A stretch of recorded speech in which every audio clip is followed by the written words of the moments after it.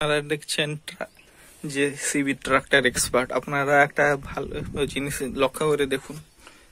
দেখুন আমার এই মিটার বক্সটা কিভাবে আপনারা মিটার বক্সে টাইম বাড়াবেন, অর্থাৎ মিটার বক্সে কিভাবে গাড়ি না স্টার্ট থাকলেও পয়েন্ট বাড়বে।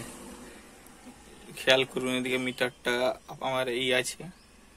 এবার আপনারা লক্ষ্য করুন মিটারটা কিভাবে টাইম বাড়াবো।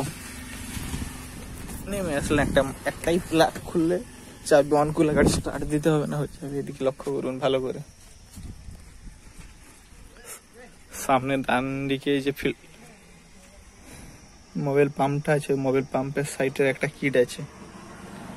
এই ক্লিপটা ভালো করে লক্ষ্য করুন। এইটা আমি খুলে দিলে, এখন খোলা আছে মানে মিটার উঠছে ওখানে, আবার লাগিয়ে দিলে বন্ধ হয়ে যাবে। যে স্টার্ট হলে চালু, না হলে চালু হবে না। এখন বর্তমানে আমার মিটার উঠছে। আপনারা খুলবেন কিভাবে? এইভাবে লাগিয়ে দেবেন, এইভাবে আস্তে করে টেনে দেবেন, খুলে যাবে।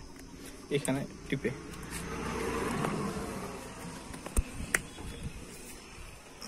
ভালো করে লক্ষ্য করেন আপনারা। দেখুন কোন কিটটার কথা বলছি।